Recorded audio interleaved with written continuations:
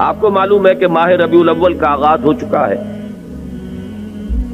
دوسری تاریخ ختم ہوئی اور آج ہم تیسری شب میں اس وقت یہاں بیٹھے ہیں۔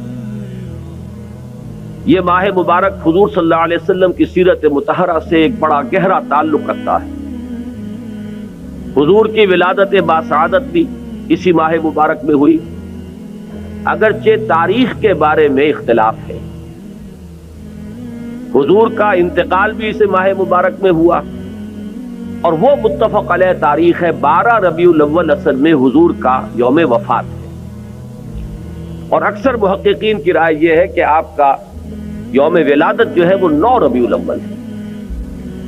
یہی وجہ ہے کہ مجھے یاد ہے کہ ہمارے بچپن میں اس دن کو جو لوگ کچھ تھوڑا بہت مناتے بھی تھے تو 12 وفات کے نام سے در حقیقت یہ نام یاد کیا جاتا تھا۔ حضور صلی اللہ علیہ وسلم کی وفات کا دن ہے، کچھ کھانا پکا کر کچھ غریبوں کو مساکین کو کھلانا، یہ در حقیقت چیز تھی کہ جو اب ہوتے ہوتے اس نے بہت ہی ایک دوسری صورت اختیار کر لی ہے۔ اب یہ ایک جشن بن گیا ہے اور ایک عید کا سا سما، بلکہ واقعہ یہ ہے کہ جو اصل 2 عیدیں ہیں وہ کہیں پیچھے چلی گئی ہیں، اور یہ جو 2 عیدیں ہم نے ایجاد کی ہیں، ایک عید میلاد النبی اور ایک عید استقلال، اگر ہم جائزہ لیں تو شاید یہ 2 جو ہے یہ زیادہ فور گراؤنڈ میں آ چکی ہیں۔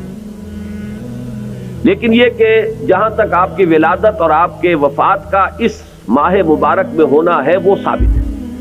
مزید برآں حضور کا ورود مدینہ منورہ میں بھی ماہ ربیع الاول میں ہوا ہے۔ اس پہلو سے اگر اس ماہ مبارک میں ہم سیرت النبی کے مطالعے کا ایک خاص موضوع رکھیں، کسی تاریخ کے تعین کے بغیر اس مہینے کی مناسبت سے سیرت مطہرہ پر گفتگویں ہوں، غور و فکر ہو، اور اس میں بھی عملی پہلو سامنے ہو، اتباع کا جذبہ ہو، سمجھنا سمجھانا اس لیے ہو کہ اس پر عمل کرنا ہے، تو یقیناً یہ چیز ہمارے لیے بہت مفید ہوگی اور ہمارے بہت سے امراض کا شاید اس سے مداوع ہو سکے۔ یاخذون بسنتہ ویقتدون بامرہ ثم انہا تخلف من بعدہم خلوف۔ پھر ہمیشہ یہ ہوتا، ہر نبی کا جاننے والوں میں، پہچاننے والوں میں، ماننے والوں میں ہوا ہے، امت محمد بھی مستثنیٰ نہیں ہے۔ یقولون ما لا یفعلون ویفعلون ما لا یؤمرون۔ یہاں نوٹ کیجئے کہ وہ کہتے وہ تھے جو کرتے نہیں تھے، اور کرتے وہ تھے جس کا حکم نہیں۔ عید میلاد النبی کیا حضور کا حکم ہے؟ کیا اس کا کوئی ثبوت صحابہ سے ہے؟ کیا ہم صحابہ کے مقابلے میں حضور سے زیادہ محبت کرتے ہیں؟ لیکن تھا کہ وہ ما لا یؤمرون، جس چیز کا حکم ہوا نہیں اس پر عمل ہو رہا۔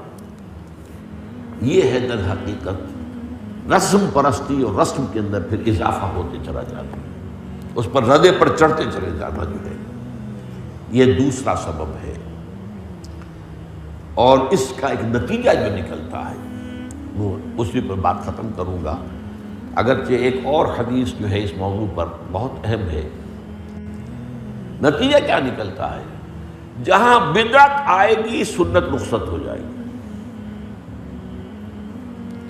اب نماز جنازہ پر کی وہ اہمیت نہیں ہوگی، نہ نماز جنازہ یاد کرنی ہے، نہ دعا یاد کرنی ہے، کچھ پتہ نہیں، جا کے کھڑے ہو گئے ہیں، وضو بھی ہے کہ نہیں ہے، لیکن قرآن خوانی میں تو جانا ہی جانا۔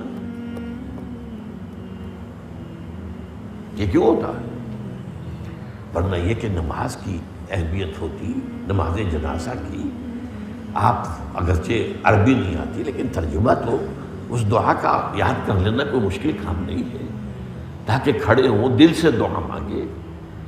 تو جہاں بدعت آئے گی وہاں سنت جو ہے اس کی حیثیت کم ہو جائے گی، اس کا استخفاف ہوگا یا غائب ہو جائے گا۔